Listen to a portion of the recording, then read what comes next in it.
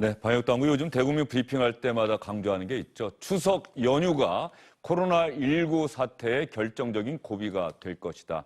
고향 방문, 지역 간 이동을 제발 자제해달라고 오늘도 정은경 질병관리청장 호소했습니다.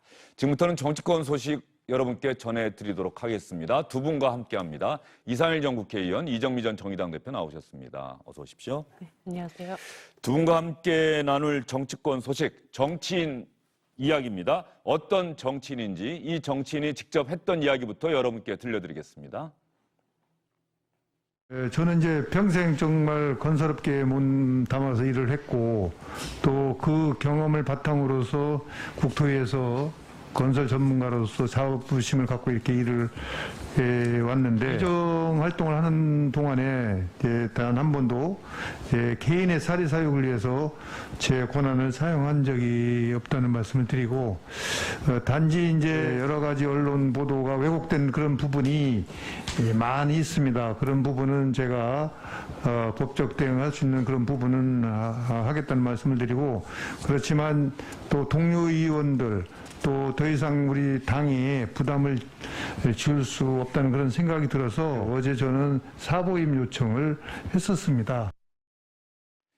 바로 국민의힘 박덕흠 의원입니다. 박덕흠 의원이 어떤 의혹을 받고 있는지 잘 알고 계시죠? 네, 그렇습니다. 이분이 국회의원이 되기 전부터 건설사 한 3개 정도 직접 설립을 해서 운영을 했고 국회의원이 되고 나서 2012년에 이제 이분이 국회의원이 됩니다.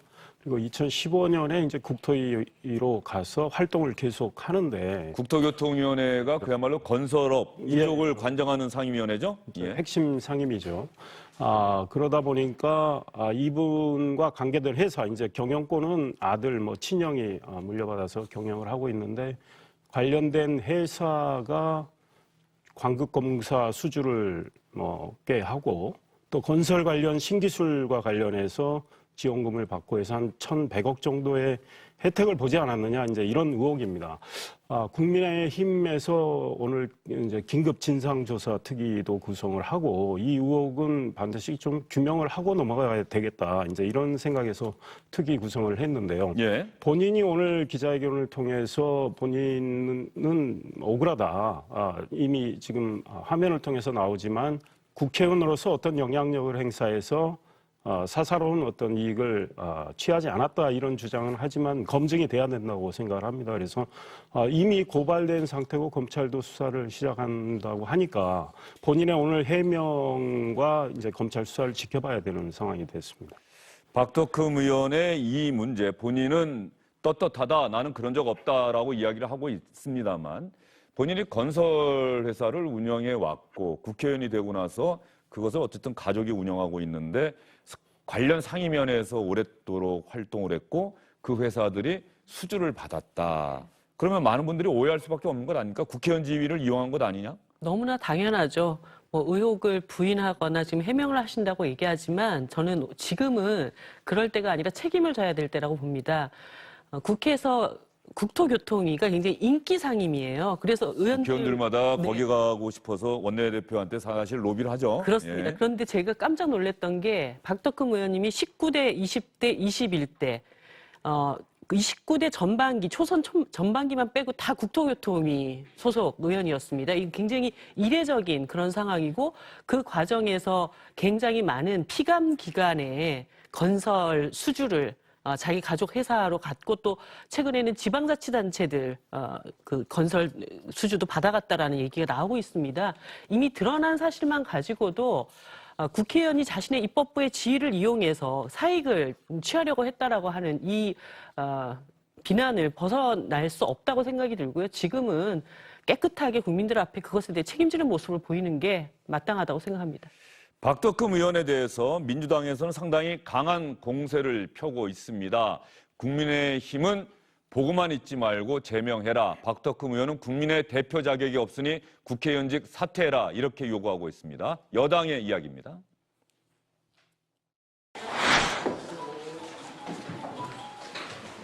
박덕흠 의원은 의원 재직 중에 피감기관으로부터 가족 건설회사에서 3천억대 일감을 수주하여 국회 역사상 최대의 이자 최악의 이해 충돌 당사자입니다. 즉각 제명 조치하기 바랍니다. 남해는 티끌에는 그 난리를 치더니 제 눈에 들 뻔은 모른 채 하고 있습니다. 국민의 힘이 정말 국민의 힘을 두려워한다면 부정부패와 비리척결 차원에서 단호한 조치를 해야 할 것입니다. 아울러서 이해 충돌과 관련한 입법, 여야가 서둘러 신속히 처리해야 된다고 봅니다. 민주당이 이렇게 강공을 펴고 있고 김종인 국민의힘 비대위원장은 이 박덕흠 의원 문제에 대해서 오늘 오전에 어떻게 이야기했는지까지 들어보겠습니다. 본인이 기자회견을 통해서 자기의 입장을 갖다가 서상에 밝힌다고 그러니까 그거를 들어보고서 당의 입장을 내가 정하려고 지금 생각을 하고 있어요. 박덕흠 의원이 조금 전 오후 2시부터 기자회견을 했습니다. 아직까지 관련 영상은 들어오지 않고 있는데 제가 내용을 얼핏 봤더니 뭐 문제 없다. 기존의 주장을 다시 한번 되풀이하고 있고 추측성 보도에 대해서 유감을 나타내고 있고요.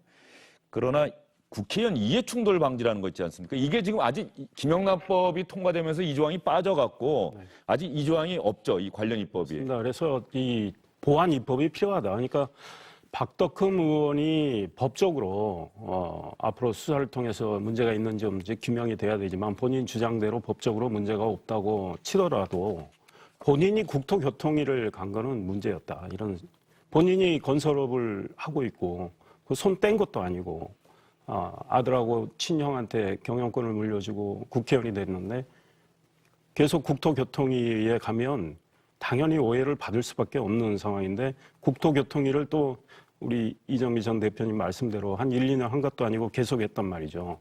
그러니까 국토교통위를 맡고 나서 본인 회사가 맡았던 여러 가지 관국공사에 대해서는 많은 오해가 생길 수 있죠.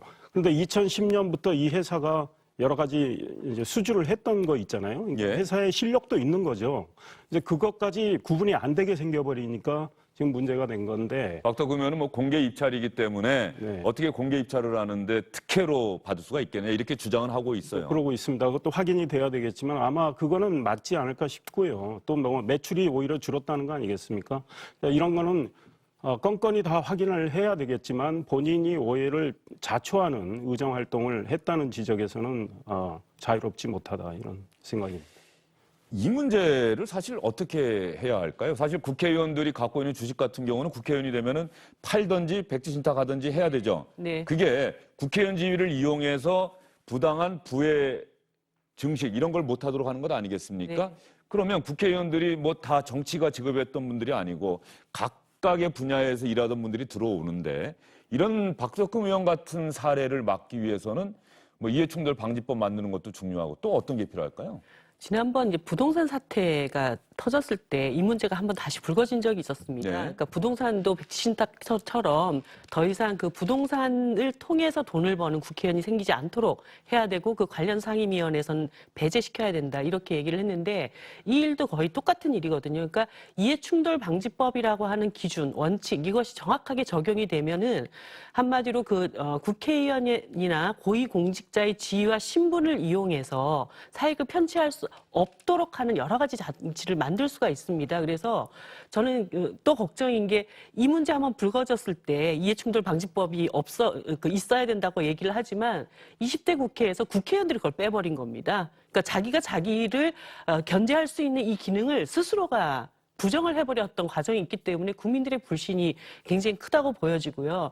이럴 때 저는 뭐 상대당을 서로 공격하는 것도 굉장히 뭐 중요하겠지만 이 법안을 이번 정기국회에 신속 처리를 해서 우리가 더 이상 이런 일이 반복되지 않도록 하겠다라는 의지를 21대 국회에서 명확하게 보여주는 것이 훨씬 더 중요하지 않나 이런 생각 듭니다. 국회의원은 또 그리고 정부로부터 말이죠. 자료를 요청하고 자료를 받고 그래서 남들이 일반 국민이 알지 못하는 정보 이런 것들을 남들보다 먼저 알 수 있는 자리 네, 있는 것 그렇습니다. 아닙니까? 이미 1심에서 유죄가 나왔지만 손혜원 전 의원의 경우에 이 문화관광부 관련 상임위 활동 뭐 이른바 목포 구도심 뭐 개발 그렇습니다. 계획 같은 그래서 거겠죠? 어찌됐든 법적 판단은 그분이 그런 활동을 통해서 개인적인 이득을 이제 취한 걸로 1심 유죄 나왔단 말이죠. 그러니까 국회의원들이 이해 충돌이 될 수 있는 활동을 하지 못하도록 정말 보안 입법을 통해서 원천 차단을 해야 되고, 이와 관련해서 저희 언론인들도 처음에 기자 되시면 이 소위 기자의 어떤 이 윤리에 대해서 네. 많은 교육을 하고 스스로 굉장히 노력을 하는 이런 것들이 필요하잖아요.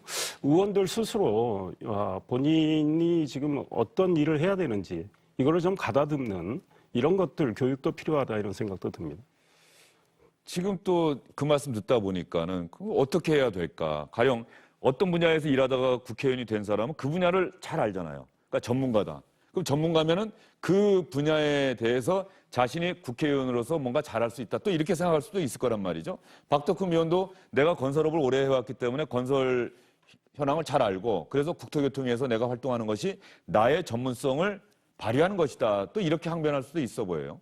전문성이라고 하는 영역이 모두 다 재산을 불리는 일과 연관돼 있지만은 않습니다.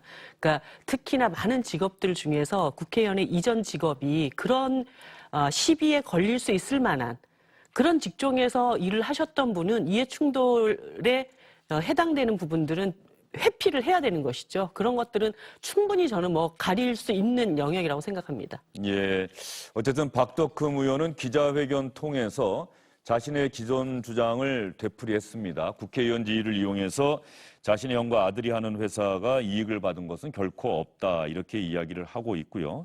오늘 기자회견을 통해서 충분히 설명드렸던 만큼 앞으로는 추측성 의혹 그대로 보도한 일 없도록 당부드린다. 또 당에서도 긴급 진상조사 특위 구성했으니까 그 조사에 성실하게 임하겠다 이렇게 이야기를 했습니다. 다만 이 박덕흠 의원 문제를 통해서 두 분이 말씀하셨던 것처럼 국회의원의 이해충돌 방지라고 하는 것은 국회의원이 어떤 이익, 자신의 이해관계와 있는 이런 업무는 해서는 안 된다. 뭐 이런 거겠죠? 당연히 그렇습니다. 그러니까 우리 이정미 전 대표님 잘 설명하셨지만 저도 기자 출신인데 소위 이제 기자와 관련된 언론과 관련된 상임위에서 활동을 했거든요. 예. 그러나 그건 전문성을 살리기 위한 활동이고 또 개인적으로 제가 뭐 업체를 꾸려가지고 뭐 저의 이익을 편취하거나 네. 이런 활동하고는 좀 무관하니까 전문성을 살려주는 활동은 충분히 할 수 있다. 그러나 그 국회의원이 사익을 추구하는 활동은 하도록 해서는 안 된다. 이거는 아마 충분히 구분할 수 있고 보안 입법을 통해서 방지할 수 있다고 생각합니다. 예, 알겠습니다.